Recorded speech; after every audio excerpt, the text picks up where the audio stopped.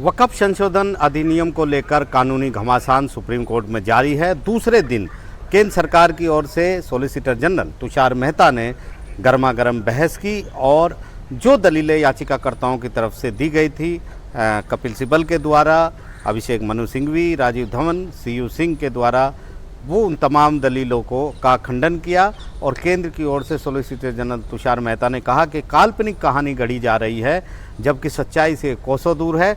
ये कोई ऐसा बिल नहीं है, ऐसा कानून नहीं है जो सीधे कैबिनेट ने संसद में भेजा और इसे पास कर दिया गया। इस पर विस्तृत चर्चा हुई, जेपीसी बनी। जेपीसी ने करीब 97 लाख जो प्रतिनिधित्व हैं उनकी प्रतिक्रियाएं देखी, कई जो राज्यों से बातचीत की, वक्फ बोर्ड भी बहुत सारे राज्यों के इसमें शामिल रहे। उसके बाद इस कानून को संशोधन किया गया। उनका ये भी कहना है कि ये जो कानून है किसी भी तरह मुस्लिम समुदाय के खिलाफ नहीं है, बल्कि एक सेकुलर कानून है। तुषार मेहता ने बड़ी जो दलीलें दी उसमें ये भी कहा कि इसमें कोई शक नहीं है कि वक्फ जो है वो इस्लाम की अवधारणा से आया है, लेकिन वक्फ जो है वो इस्लाम का अभिन्न अंग, अनिवार्य अंग नहीं है। ये उन्होंने कहा है और कहा है कि जो वक्फ जो है वो इसलिए सेकुलर है क्योंकि वक्फ सिर्फ इस्लाम धर्म से संबंधित नहीं है और ना ही ये जो है ये, क्योंकि वक्फ जो है, वक्फ से बहुत सारी धर्मनिरपेक्ष संस्थाएं चलती हैं, जैसे कि अनाथालय चलते हैं, मदरसे चलते हैं, स्कूल चलते हैं, अस्पताल चलते हैं।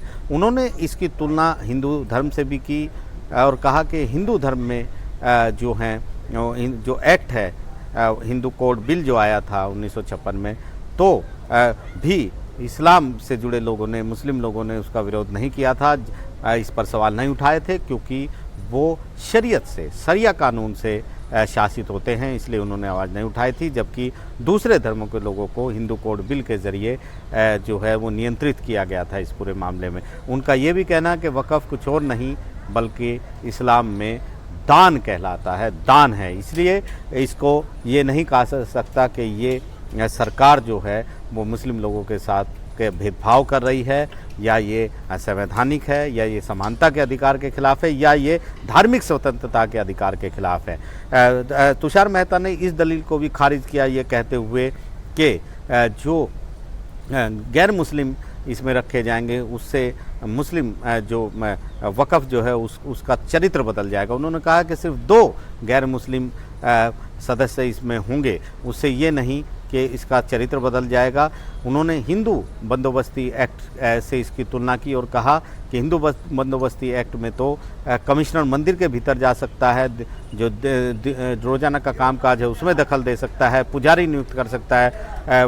बॉम्बे में तो बाकायदा मंदिर जो है, जो ट्रस्ट एक्ट जो बॉम्बे में बनाया गया उसके द्वारा संचालित होते हैं। तमिलनाडु में भी सरकार चाहे तो जो मठाधीश होते हैं, मठाधिपति होते हैं, उनको हटा सकती है अगर उसको लगे कि वो ठीक से काम नहीं कर रहे हैं। तो ये बड़ी दलीलें तुषार मेहता ने दी हैं और इसके साथ साथ ये भी कहा है तुषार मेहता ने कि ये जो कानून है इसमें जो वक्फ बाय यूज़र की बात की गई है, वक्फ बाय यूज़र जो है वो कोई मौलिक अधिकार नहीं है। उन्होंने ये कहा है, उन्होंने कहा है कि 1954 में एक कानून प्रावधान बनाया गया था जिसे अब एक परत और जोड़ दी गई है।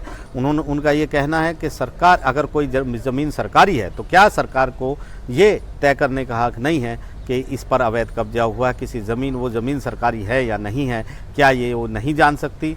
इसके लिए वक्फ बाय यूज़र को पंजीकृत कराने के लिए कहा गया है, उसको हटाने के लिए कहा गया है। इसके अलावा तुषार मेहता ने ये भी बात कही है कि जो कहा गया है कि कलेक्टर ही ऐसे विवादों पर फैसला देगा, वो गलत धारणा की गई है और जो याचिकाकर्ता हैं गलत तरीके से यहाँ पर पेश कर रहे हैं।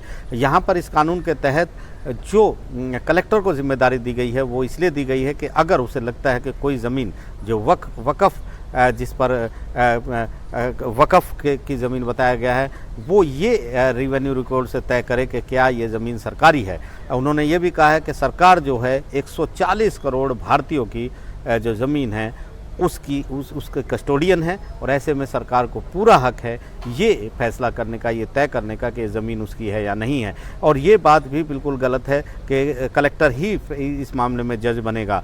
अगर कोई सरकारी ज़मीन है और सरकारी ज़मीन सरकार वापस लेना चाहती है तो उसे मुकदमा दाखिल करना पड़ेगा कोर्ट ऑफ लॉ में, अदालत में, उसके बाद ही इसका फैसला हो सकता है। उन्होंने सिलसिले और ढंग से बताया कि जिस तरह शरीयत कानून में, जिस तरह इस कानून में कहा गया है कि कोई भी व्यक्ति वक़्फ़ में अपनी संपत्ति दे सकता है, लेकिन उसे कम से कम 5 साल जो है इस्लाम की प्रैक्टिस करनी होगी। उन्होंने इसको शरिया कानून से जोड़ा है कि उसका सेक्शन 3 भी कहता है कि उस व्यक्ति को ये साबित करना होगा कि वो इस्लाम को प्रैक्टिस करता है। लेकिन वहाँ ये नहीं कहा गया है कि उसको 5 बार नमाज़ पढ़ना ज़रूरी है या वो शराब नहीं पी सकता। तो यहाँ पर तुषार मेहता ने इस मामले को हिंदू एक्ट से जोड़ा है और ये बताने की कोशिश की है कि जो कानून, संशोधित कानून लेकर आई है, वो पूरी तरह से जो सरकार का है वो पूरी तरह से ठोस है, सेकुलर है, किसी भी समुदाय यानी मुस्लिम समुदाय के खिलाफ नहीं है। उन्होंने ये भी कहा है कि 2 पक्ष होते हैं वक़्फ़ में,